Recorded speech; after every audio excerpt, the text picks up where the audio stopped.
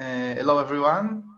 I'm happy to host Elad Eban from Google that will talk about structured multi-hashing model variables. And beforehand, we'll speak about the old times of this seminar. Cool. I won't speak too much about the old times. I also didn't have a chance to see who is here. But anyway, one or another, I'll be talking about structured multi-hashing for model variables. Not the most catchy name. And this is a joint work with Yair Moskovich-Atias that used to also roam the Hebrew University, and a bunch of other people at Google, and an intern of mine, Yarlan. And it will be presented in CVPR soon, and it's available online. So maybe I'll leave in the end the jokes about how things used to be. So I think we all can agree about models that smaller is better. And smaller can mean many things. It can mean the number of parameters. It can mean the less footprint in terms of latency, in terms of power consumption, and many other things. But we are mostly interested in what happens in inference time. And specifically, this work would be about the model size. So there's, of course, many other works in the literature that try to address this problem. And the most commonly known and easy to understand approach is unstructured weight sparsity. In this setting, you can see here a depiction of the weights of a convolutional neural network. And by various procedures, one would like to zero some elements. And if there is enough zeros, you can easily convince yourself that you can represent the network with less variables. You don't really need to encode the zeros, and under some assumptions that actually usually do not happen, you might also not need to compute. You don't need to multiply by zero in theory, although most hardware actually will multiply by zero because it's not really supported well. So this is one way to do it, but as I said, it can affect to some degree the model size on disk, but not really the model size on RAM, because later on you'll need to access the weights in a kind of block way, and most hardware does not support that. So these are the two drawbacks that I'd like to highlight. Another way to kind of tackle two models that are too big and that we want to reduce their size is what is known as the width multiplier or depth multiplier, which is nothing but uniform shrinkage of all layers, or the number of outputs of each layer by a constant factor. And that works pretty well. We work in many applications, both in academic data sets and in real problems at Google. But the main problem here that it's a kind of very, I sometimes call it like the axe method. You're not sure what to do with the network, so you kind of bring in an axe and cut everything by half or by 3/4 and hope for the best. And it's kind of like, it's awesome that it works, but kind of, is that like the best thing that we can do? And some counterpart of that is to take a low rank approximation of each layer. So you need to have some intermediate dimension that I denote by k. And you assume that instead of having n inputs and m outputs, you have this n by k and then k by m. And you can actually do that for all the layers, convolutions or non-convolutions, and actually the results are kind of okay usually. But both these methods have in common that you need to either select a factor or an intermediate dimension for each layer, or hope that a uniform shrinkage, either with an intermediate representation or by width multiplier, will somehow magically the same factor of half will work everywhere the same way. And that's kind of, I find it hard to believe that a uniform factor work. Can I ask a quick clarification question? Sure. Are you speaking about compression before training or after training? So after the network is already trained? While training. During training? Yeah. So maybe compression is, I don't know if I use the word compression, but if I did, I maybe shouldn't have. Yes, I do. Compression of, well, yes. So it's maybe it's not the best word. It should be, yeah, I have to find a better word for it, but it's kind of actually targeting creating a smaller architecture. I have to rethink that, and it's not the right time of day to summon my creativity in English or in general. So basically, you're interested in creating an architecture which is as good or similar to another architecture, and then you can train it and get similar results. But yeah, so maybe I should also say a little bit about the motivation. And so the motivation in I kind of maybe brushed through that too quickly. So when I say smaller is better, it's not because we are too lazy to store it. We have enough memory on our disk to store models, but when we want to deploy them really in a production, so it could be either in mobile phones or other edge devices where memory is a much scarce resource. So if you have on a phone, you can have, each model per se might be only a few megabytes, but you can have dozens or hundreds of models. And we've been working with like the people who are behind the camera team. So the camera app cannot be 1 gigabyte because like simply it can't be. And it has to lie in memory all the time. So the size that you're downloading to the phone kind of a disk and the actual memory that is in the RAM has to be limited. And so this is in some sense a hard limitation by the kind of owners of whatever the software. So that's kind of in the phone setting, but actually also even in server side, different type of models, not models that are for kind of real-time applications, but some models can take many hundreds of megabytes of RAM. And although there are servers that have this ability to serve huge models, they're very costly because kind of this is like a Google problem. You don't need one of these servers, you need like 10,000 of them. So it becomes super costly to maintain, and always there are teams that want more. So even if you have 10,000, there will be another team that wants another 1,000 or another 1,000. So this is a real problem that people deal with, although we got kind of inspired by the intellectual challenge, but we're also, that's kind of the motivation we have. So kind of my point, so again, the challenge is to design networks that are inspired from other networks and that have a less of a model size footprint. And also I want to say that I'm not talking about post-training size reduction, because everything that we do now, whatever one has as a favorite method to do after training, they can still do it. There is no, it can still apply. So if you want to quantize weight or 0 small weights or whatever, it will still be possible. So it's kind of orthogonal in my mind. So our kind of first realization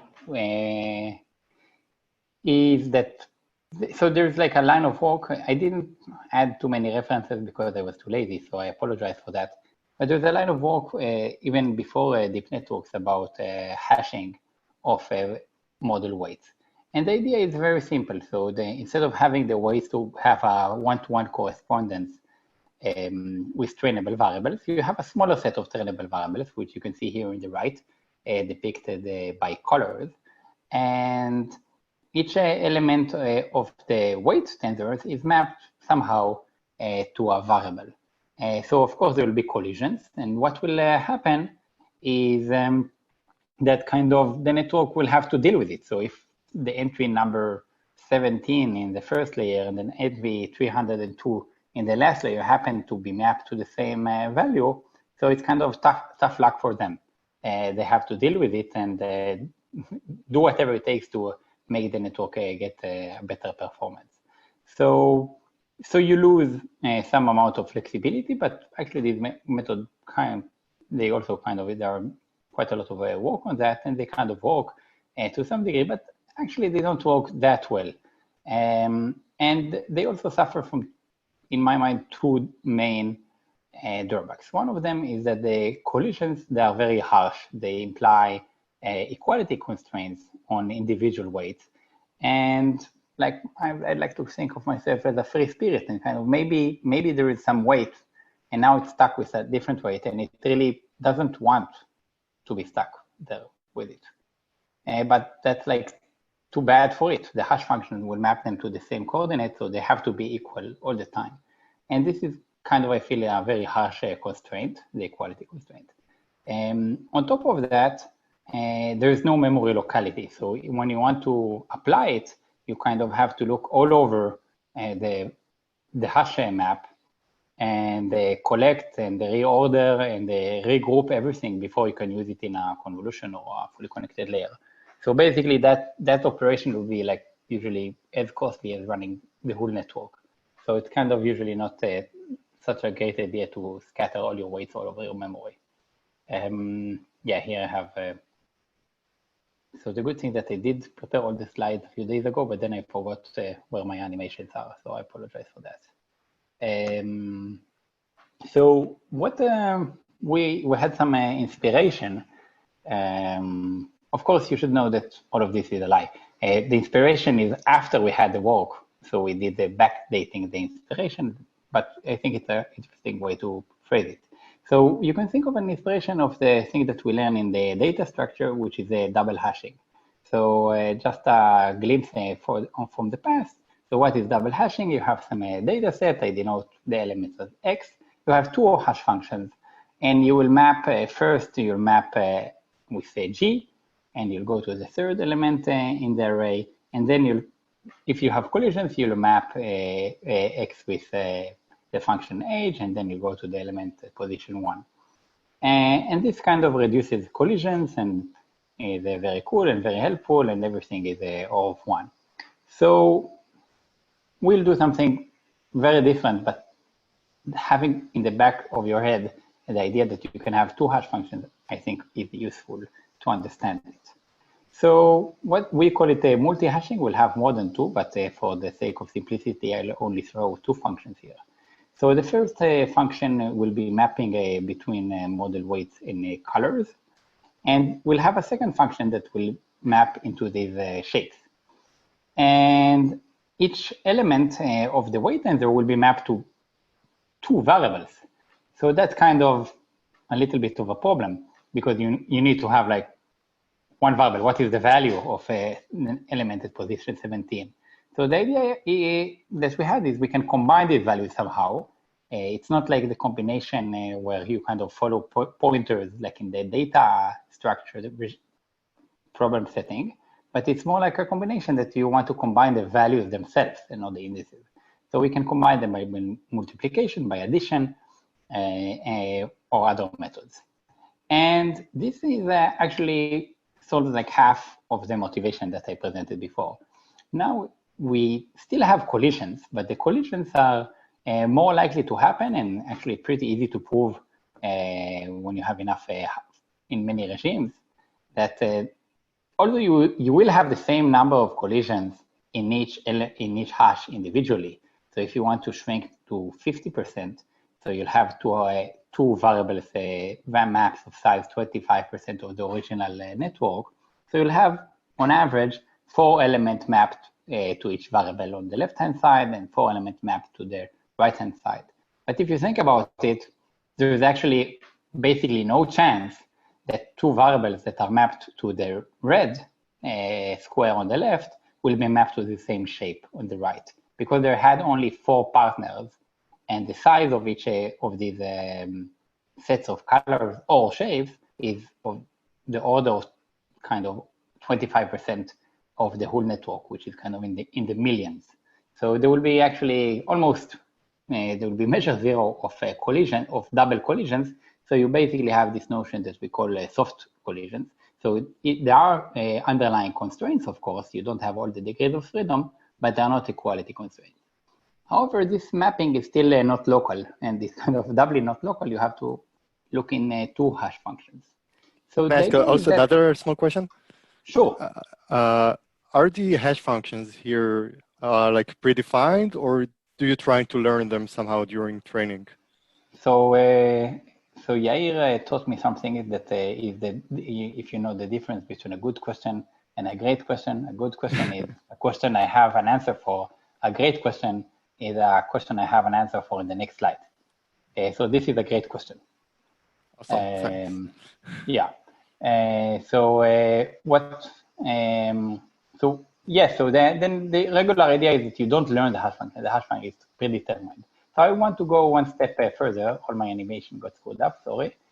So I want to go one step further and say, wait a minute, I don't really need a hash function. This is not a retrieval problem of a data set. I only need is really a mapping. And the fact that the original works were kind of interested in hashing and came from a different setting, I don't really care about hashing. I just want to have a smaller number of variables. They don't have to be with some property of a universal hash function and pseudo-random or whatnot. They need to cover the set in a somewhat uniform way. And the idea is that we can have, here I will not, in some sense, I will write the hash function almost explicitly. And the idea is that we have the set of trainable variables on the right-hand side, the same colors or shapes. So these are two distinct sets. And the way we combine them, here it's the tensor product of the two matrices. And then the elements, I write them down as something that has a shape and a color, which you can think of as the multiplication of them. And this creates a matrix, if you pick the sizes correctly, which each dimension of the matrix is model size by model size. And then the mapping, we can create a very simple local mapping between the actual weight tensors and this set of kind of intermediate representation. And this mapping will be simply, let's take all the weight tensors of the network, flatten them to be a vector, concatenate them all sequentially, and then reshape to have a matrix. So basically, if you look at the colors here, I hope you can see that through the zoom. In the beginning, you have this light blue, and then darker and darker blue. They represent different elements in the network. And the mapping is just a lazy kind of offset of indices. So we do have a locality because, because a certain layer will be usually mapped to kind of one row or a handful of rows in the matrix, which can be computed actually by a row or kind of by a submatrix of the trainable variables. So we do have a strong sense of memory locality. The mapping is trivial and it's definitely not a great hash function, but it's kind of it's what we need. Maybe the tensor product is a little bit tricky to wrap your head around, but we can actually, and a lot of our experiments are actually with the outer product. It's the exact same idea, and to some degree, it's also equivalent. If you think about it this way, so the row mapping will be a row in the left-hand side, and in order to get to the columns, it will be kind of a modulo modulo is the offset of how many variables you had in previous layers. So the details are not. It's like the point is that the mapping is super trivial. It's integer operations with an offset, and you don't need a hash function per se. Does that answer your question? I wasn't sure who asked it. Yeah. Sorry, by the way. Thank you. Yeah, it answers. Thank you. Okay. So yeah, let me see. I was here.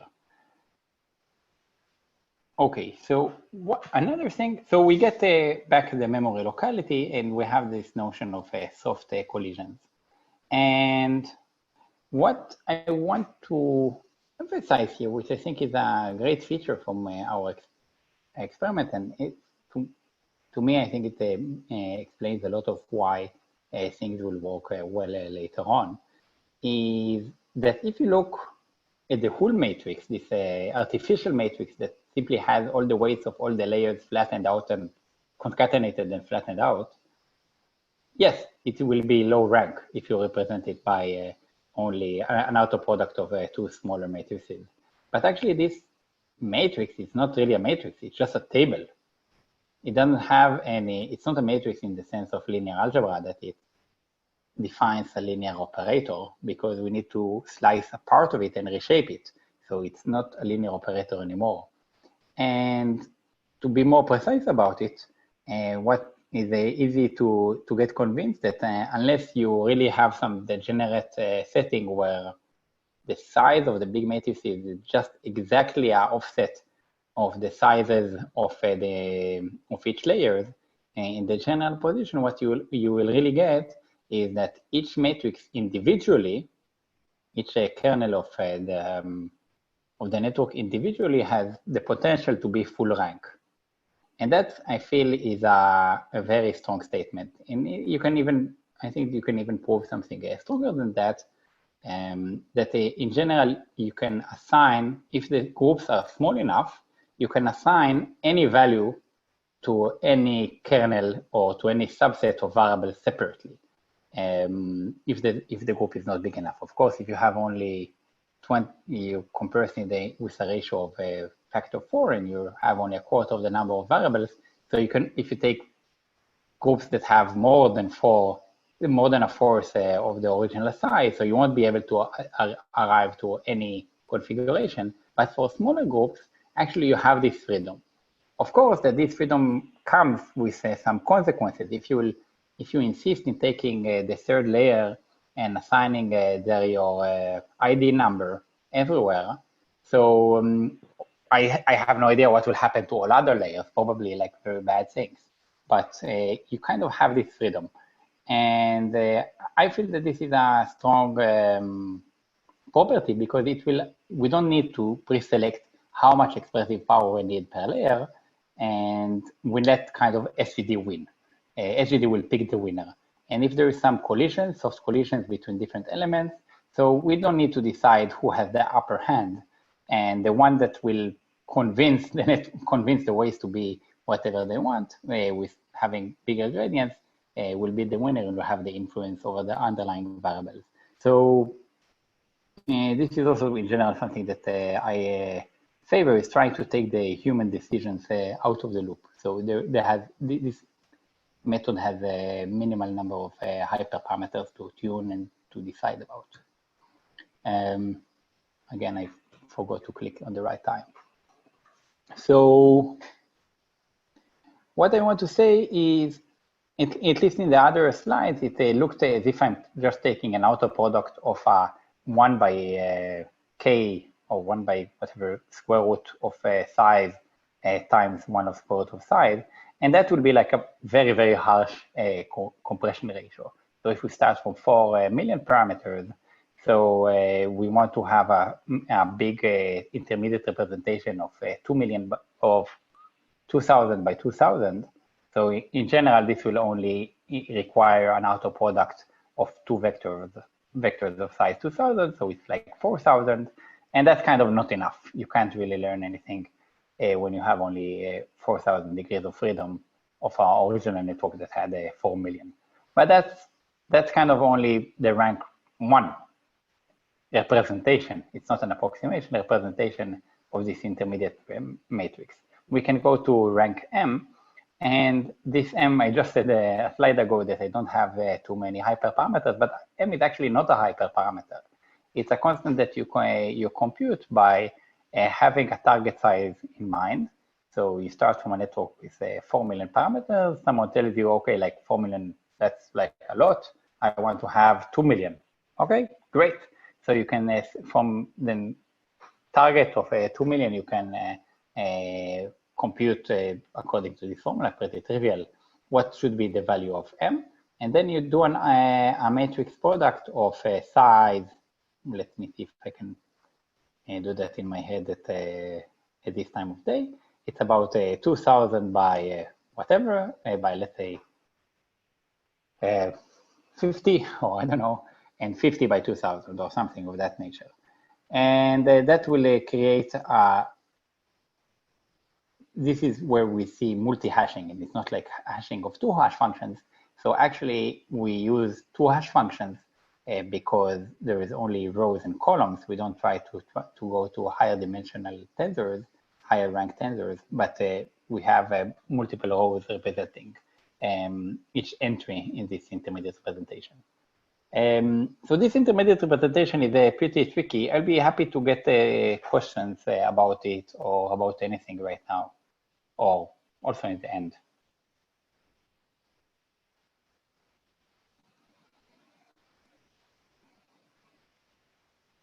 Am I still connected? Yes, it is. You are connected. I got scared that I'm talking to myself again. Okay. So here's the comment about how the Learning Club used to be. I think half of the presentations would finish at the first slide because of a bunch of, I don't want to say who, never let the speaker reach the second slide. Sometimes talks would reach the third slide, and very rarely would finish. So this thing changed, but maybe it's got better. Anyway, that was how it used to be. So this seems also very kind of like tedious, how we kind of get all these mappings and modulo and matrices and whatnot, but actually it's also like super simple. And if you don't like all my drawings with the colors and shapes, and maybe someone is colorblind, so I don't want to offend anyone. So here's like 4 lines of code that capture most of what is under the hood. So we have a left matrix that has matrix time on a number of replicas. This is the M from before. And then a right matrix with the same dimensions. And the intermediate representation, we call it a pool, a variable pool. And it's simply the multiplication of these 2 matrices. I think probably a transpose there is missing. And then I simply, for simplicity, I reshape it to be 1 long vector. And when, instead of having a kernel of some layer to be of size inputs by k by number outputs, I simply take a slice of the big matrix of the right number of elements, and I reshape it back to have the correct size. And that's all one needs to do in order to use this method. Kind of, yes, and I'm hiding a few tiny details, but it's actually almost that. And I'd like to show a little bit of results. One thing that I didn't do, I didn't practice the time. So I have no idea how much time do I have. Is it like a 45-minute talk, by the way? No, 1 hour. You can. 1 hour. So yes, so at Google, actually, when a meeting ends before the time, people are very happy because we have too many meetings. So I think that I will end my talk before, and I will be happy to take questions. I will, in general, about the talk and about research at Google and whatnot, and about the good old days. Okay, so some results are probably required. So here are results on Cypher and ImageNet. I don't see the screen. Yeah. You lost my screen? Yeah. Sharing is lost. Okay, that's unfortunate. Let me see. Share screen. Okay. Sorry about that. Now, do you see it? Yeah. Now I also have to see it. Here. Yeah. So now we all see. So the results. So we have some results on Cypher. It's kind of I usually consider it kind of as a more like a unit test to see that the code is really plugged in. And there are some methods from the literature that have some resemblance that I don't want to get into. And what we see in the x-axis is this, the number of parameters of the network, and also what is the size compared to the original size. And actually, what you see in blue is our performance, and you can see that even if you compress to actually having only 23, let's say, 23,000 variables, so you still get, I don't know, we don't have a point at 23, but let's say at 20, you get like 87% accuracy on Cypher, which is, I feel it's kind of pretty amazing because it's really a tiny, tiny network, and it's like better than networks that are in the number of trainable variables. So it's tiny and better than networks that were kind of pretty okay or even state of the art a few years ago. So this is what happens, and what we are in. So the x-axis is the size, and the y is the accuracy. We'll see it also in the other slide. And this is Cypher. I don't take the results there too seriously. What are the orange and the green lines? What kind of models? Yeah, so it's a good question. I didn't do this homework. So the tensor train, let me see if I remember. The tensor train is some way to decompose each layer, and it's a tensor. It's also a tensor representation. So they take they write each layer as a tensor product of other smaller elements, and they train it, and they have this whatever setting that they can play with. So that's a tensor train, I think, if I remember correctly. Actually, there's tensor train and the orange one. So I think I have to consult the paper. I don't know. Sorry about that. This is my. Do you have some baseline? Do you have some baseline comparison to a model which is, without any tricks of compression and stuff like that, just a smaller model? So okay. So WM is the width multiplier. That's the orange line. So that will be the uniform compression. Is that what you refer to? No, just, if you want to go down from, say the earlier example, you want to go down from 4 million, to only 2 million parameters, then maybe you can just take a simple model, which is just 2 million parameters, but without any compression. Like a different model. Yes. Yeah, so actually we don't, I think that it's an interesting question. I think that this is actually, this comparison is much easier to win against, because then you compare apples to oranges, and it actually doesn't make sense to compare to, in my mind, to different models, because I think you want to have a local comparison. What would you do if you had this particular model? If the other model behaves better, so let's take the other model as vanilla. You see what I mean? So if you want to start with a model that, so it's kind of.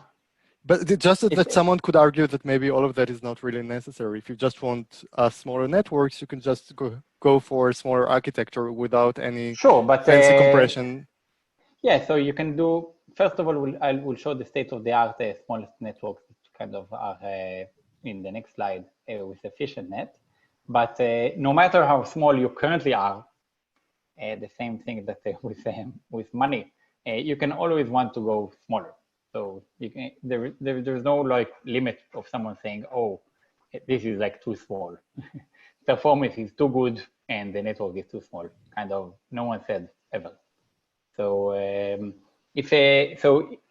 think that the challenge is always that you're at some position, in kind of in real life, at least that's what I call real life.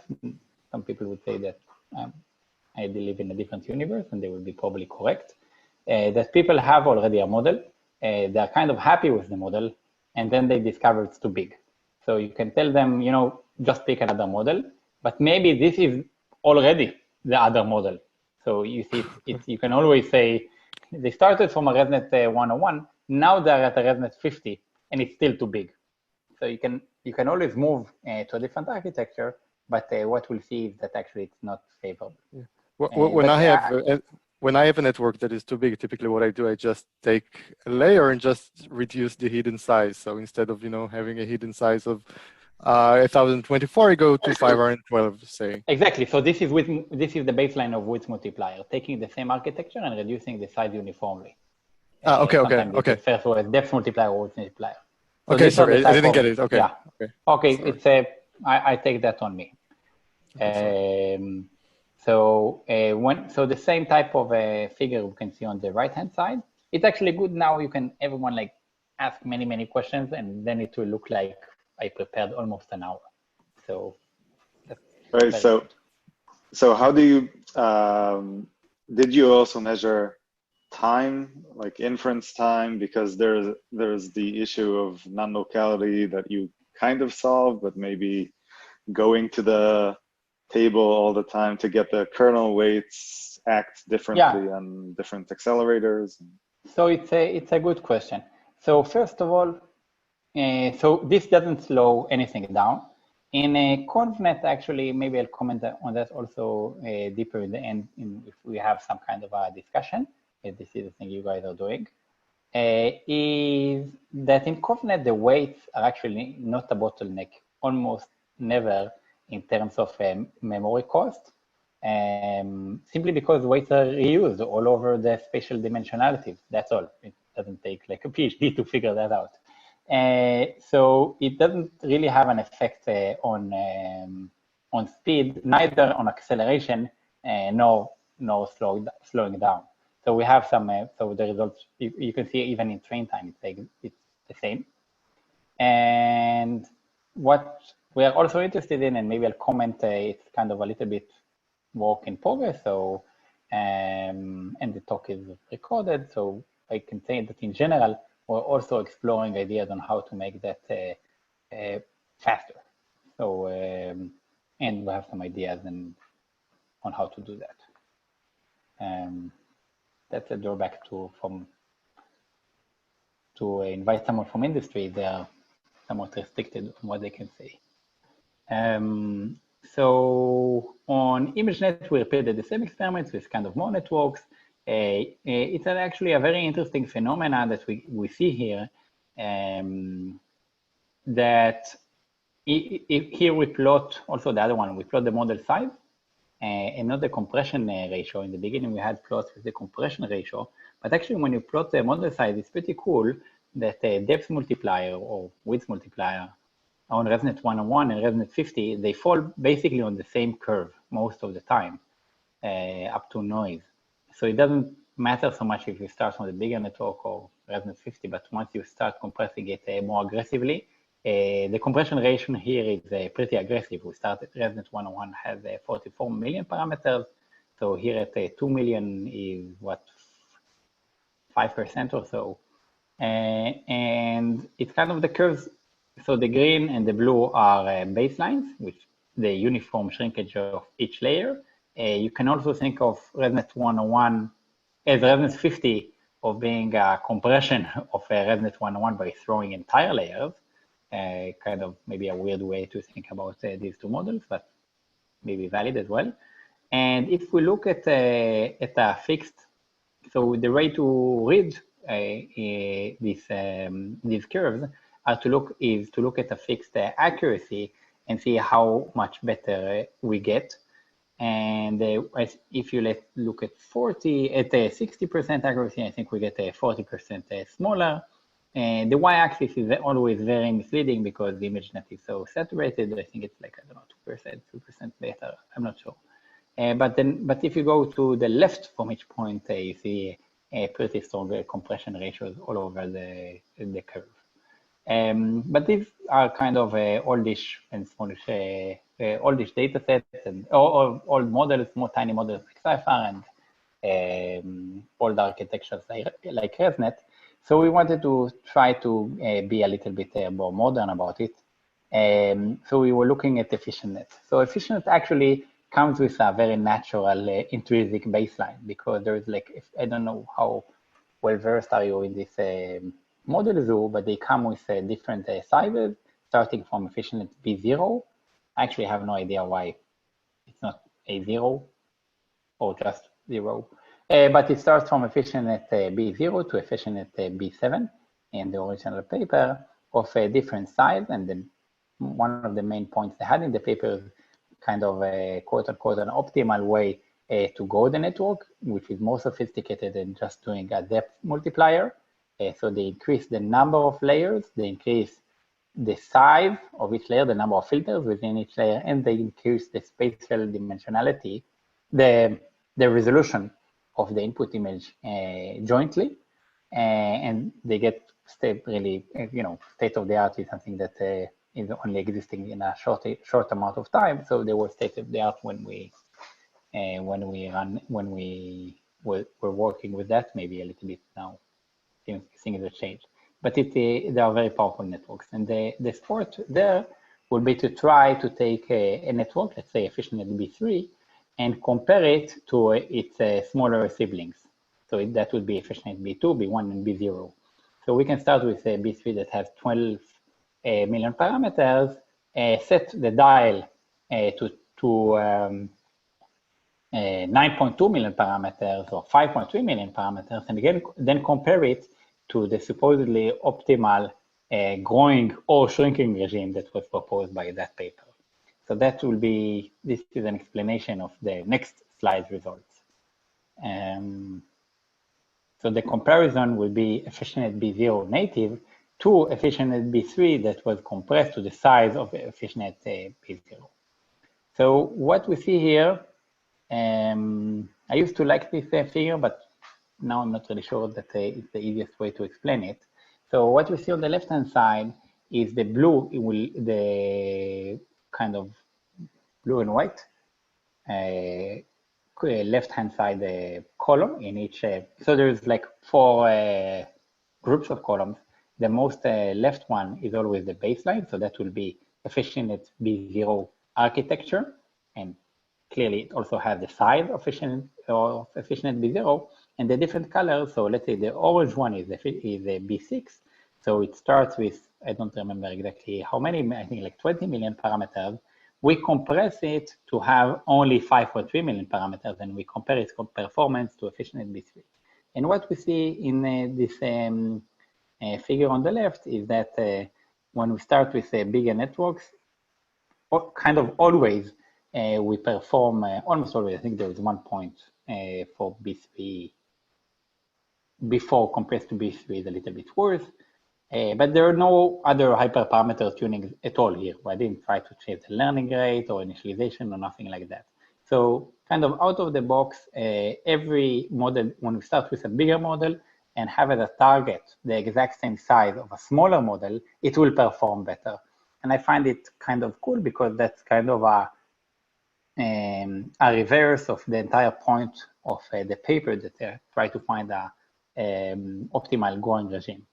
So I have to also admit that there is a caveat here is the networks, they are smaller. So they have less parameters, but they are more expensive to run. So the efficient B6 compressed to the size of efficient B0 will have the same number of parameters of efficient B0, but it will have the flop cost of efficient B6. So this is really, if you kind of imagine kind of a use case that actually I didn't yet find at Google, but you could imagine that you have a network that you want to have on a phone and it runs only once a day. So you don't really care if it takes half a second, 10 milliseconds, or 5 seconds. It can take 5 seconds, that's okay. You want to have the best performance, but you don't want to also download a network that has 50 million parameters. It's like too big. So that could be like an interesting use case that you already are not latency sensitive, but you're model size sensitive in the extreme. So this is kind of a disclaimer that there is some element of the gains are not free gains. They come from somewhere, and they come from having more expensive in terms of flop network. And yeah, and on the right hand side is the same numbers and the same, but they're shown in a different way.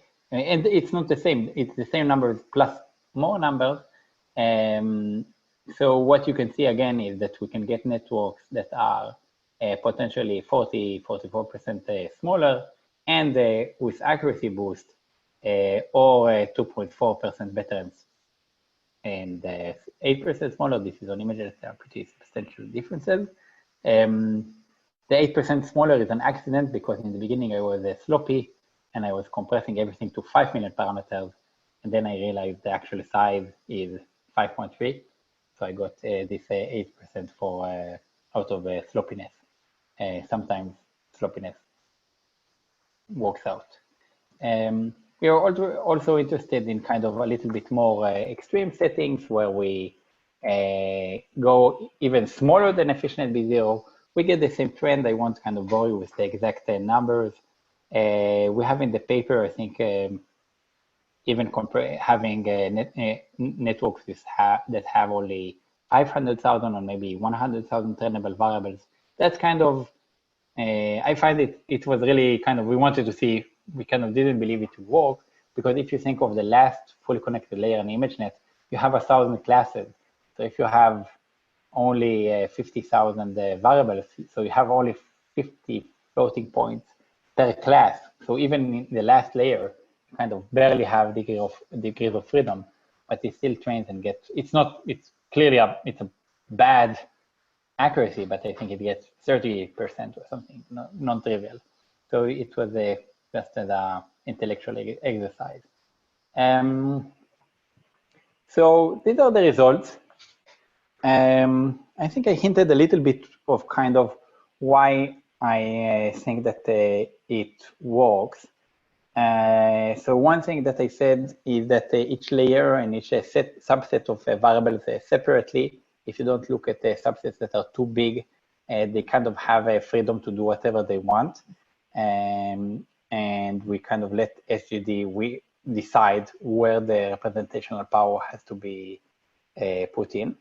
There are a few things that we were careful about is the initialization, where when you initialize the underlying variables, what we did is we initialize them to have the same. So we want that after, because we don't want to play with learning rate and other hyperparameters, so I figured it makes sense to initialize them to have the same standard deviation after the multiplication as what you would get, what you would assign to it kind of naturally in the network. So that's kind of some kind of detail that was useful.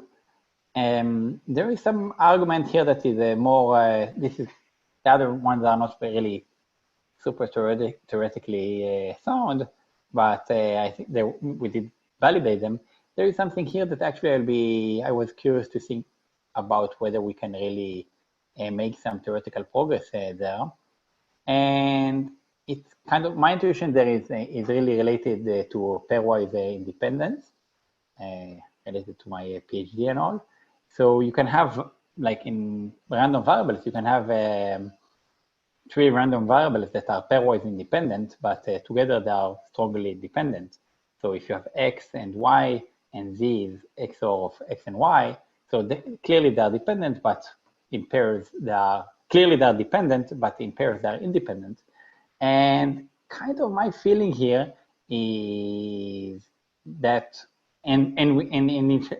my feeling here that because of the multiplication between the elements, so what we get here is that the dependencies that the manifold where the variables lie on, the weight lie on with respect to the variables is not a linear one. And the network itself has kind of this linear trajectory because of doing gradient descent is a linear operator. Mostly in most areas, the operations are piecewise linear. So kind of my intuition is that the process of training the network and applying it, it's kind of harder for it to observe these dependencies because everything looks okay in the linearly it looks okay, although there is like these higher order dependencies. So that's my intuition. I didn't make too much progress to show too much about it, except for at initialization. So at initialization, you can clearly see that the weight, the elements of the weight tensors will be non-correlated, although they are dependent. And so that's kind of an interesting phenomena. Another thing that I found an interesting connection is that there is a bunch of work in different fields that actually multiplicative operations are useful. I don't know if like people are really talking about that. It's only like my idea, my kind of hypothesis, that if we look at the squeeze and excite and the transformers themselves, And there are a few other such kind of new architectures. And I feel that they have in common is that you don't just produce an activation, apply some transformation, and then another one. Sometimes you do something interesting between activations, such as multiplying them. So I feel that here you can think about it as, to some degree, that you take the weight tensors, the variables, you multiply them, you get this intermediate tensor, and this will be a kernel of another matrix. So you also multiply activation. So kind of, I wonder if there is some commonality here. Some speculative, I think that Amit is here. Yeah, Amit Danieli. Yeah, hi Amit. So for people who have like a stronger footprint in theory, kind of, I was wondering, and I'll be happy to have a discussion about that, whether this says something about about overparameterization. So there's a huge body of literature recently about why overparameterization is good and necessary, and kind of I wonder whether this type of works saying that actually there is like you can reach very similar results. Well, definitely it will still train, and also the results are very competitive with actually a much smaller number of trainable variables. Whether this kind of says something about the constants in the proofs of that overparameterizations are needed, or what types of kind of whether this can have some implication there. So that's kind of an open question. I have no idea how to answer, but maybe you guys will. And kind of what's next with the constraints of what I can really share. So as I said, ConvNets are not memory bound, but there are other networks like transformers and in some settings fully connected layers that will be memory bound, meaning that the cost to transfer weights between the compute core, it could be tensor core or whatever, in GPU or whatnot, is actually higher than the cost in terms of latency to apply it, which seems like unintuitive, but sometimes this is the case. So we're applying it actually as we speak to networks that are like that. We're also interested in kind of a huge, many gigabyte types of models where savings can enable models to be deployed more easily, probably is the right word. And there's like a bunch of crazy ideas that we didn't have time to get into, but I'll be curious to see what's happening with that. Actually, Mark Sandler, the guy from MobileNet, he tried a few, just a couple of experiments like that. If you think of the variables to really not represent kernels anymore, and they are just simply underlying representation, so what prevents you from using the same variables in two different models? What prevents you from having a ResNet 101 and a transformer and an efficient net, all drawing from the same pool of variables? Not saying what the size are, but there will be some duplications, and let them all fight together. And kind of, I feel it will be somehow cool that you can have only one set of variables, and the same set of variables can do 3 or whatever, 5 totally different tasks. Maybe like the set of these 5 models glued up together, it won't be like smaller than each model individually, but it could be, you could imagine that it will be much smaller than the naive sum of having all of them together. Also, it's actually very not applicable because no one would like to do that for their own models in production. But I don't know. I thought it would be like a cool thing to try. It sounds a little bit like multitask learning. Yes, but I think it's like an anarchist version of that. I think of myself as an anarchist working for a big corporation. And you have to remember that, so for most people that I told them about this idea, crazy idea in the beginning, they're like, why should it work? you're not even doing a low rank representation. You should be doing something that has some meaning. And here, the matrix multiplication that we have is really, it's not really a matrix multiplication. It doesn't represent any linear transformation or anything about the model. And kind of I feel this is why I feel it's beautiful because of that, because the network doesn't care that I don't assume that there is a lower rank here or less number of filters. So it's similar to multitask, but in multitask you really have one element of computation. It can do many different things. Here I have very different networks, but they somehow share on disk. They are one thing, but actually when you unwrap them, they become totally different. I don't know, but maybe, yeah, whatever. Just crazy ideas. Went back to this slide, or I have it twice. Interesting. So I have twice this slide. Shameless plug, and maybe we can have I am actually really using my 1 hour. So I'll introduce myself in the end of the talk. I've been 5 years now at Google.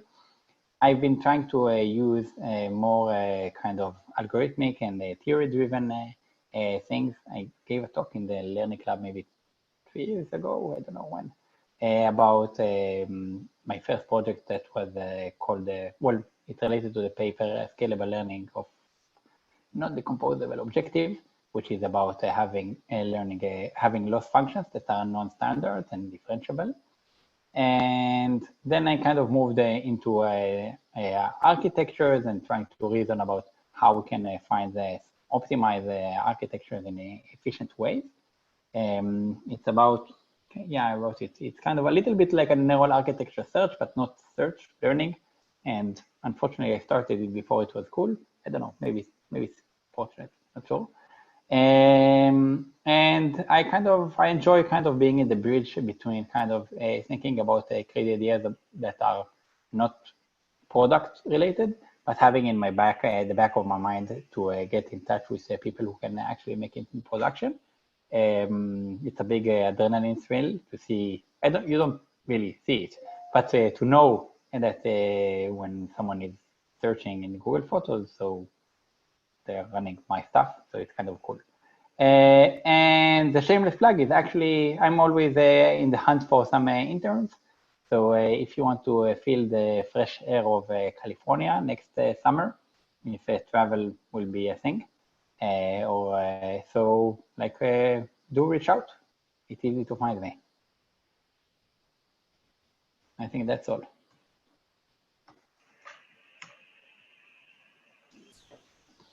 Thank you, Elad. And if Thank you. Any questions, then please. Thank you. Thank you. I have another question. So you began with just 2 vectors, and then you did the outer product of them. But then you said you wanted to move to the tensor product of like m different vectors, because if you did just 2 vectors, it would be just a 1 rank matrix. And you said it wasn't good, so you want a high rank matrix. So right, if you use the product of m different vectors, simply, you get... I'll stop you in the middle. Sorry. It's not because of the rank, because the compression ratio will be too big. Because if you start from 4 million parameters and you do it with only the outer product, you'll end up with 4,000 parameters. So it's a 1,000x compression ratio. That's too much. Mm-hmm. So we take fatter matrices. It's not really because of the rank, because the rank here is just a confusing factor. So we take more fat matrix. So instead of having 2,000 and 2,000 of number of whatever, 2,000 by 1, 2 of them. So we have 2,000 by 100. And then we have a 20% compression ratio or whatever. So that's the idea.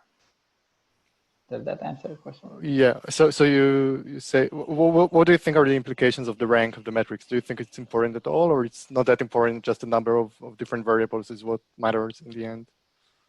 So the rank per se doesn't matter. I don't think it matters at all. what matters is the rank of the resulting of each operator, because if you will reduce, strictly force the matrix to have a lower rank, I think that the literature shows that you can get away with that. Depth multiplier and to some degree mobile nets do that. You can get away with having all kind of bottlenecks of one type or another, but it has some implications. You don't get that for free. And here, we also don't get that for free, but it's like a favorable exchange rate. If it makes any sense. Yeah, thank you. So if you take m different products, then you get an m rank matrix in the end. Is that correct? The big matrix pool, yes, is of rank m. Yeah. But I think, so we're also experimenting. You can do other crazy things. The fact that it's a matrix multiplication is simply because it's fast and easy to implement. I think that the core idea is that you want to detach how you generate the elements of the weight tensors from the variables. You want the mapping to be non-trivial, still local, and I think that it's important also for it not to be linear. You could add simply do addition. That's also like a mapping. But I think that the linear one doesn't have this ability to kind of, if you think what happens if you have some element in the matrix that you want to be very big. So if it's addition, so it will have an effect on the entire row and the entire column. And it's like very hard to negate it, because if you want to negate it in another place, you want something very small. Now you have to like add something negative, which is very small. And then you kind of, oh, like that's like, who knows how you'll get out of it if you kind of try to engineer the weights of the matrix. But when you have multiplication and you have something very big here, so like you have a matrix and a row and a column, so you can easily create that in a specific location, it will be multiplied by 1, and it will be very big. And later on, it will be multiplied by 0, and it's gone. So kind of, I feel that this amount of this multiplicative control gives kind of SGD a way to find good optimums, but that's whatever. Hand waving at its best, almost.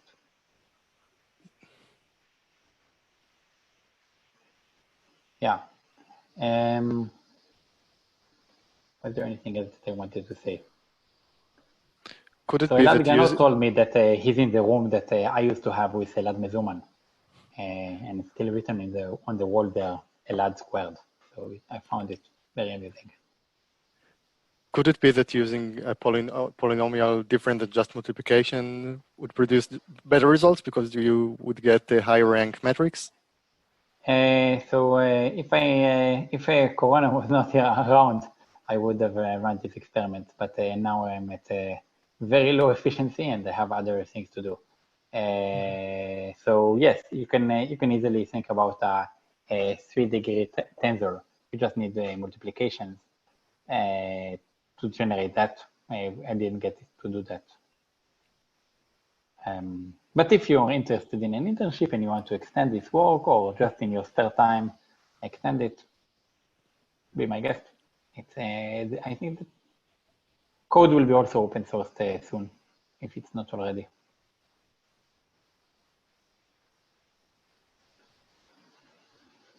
Yeah. Okay, so any other questions?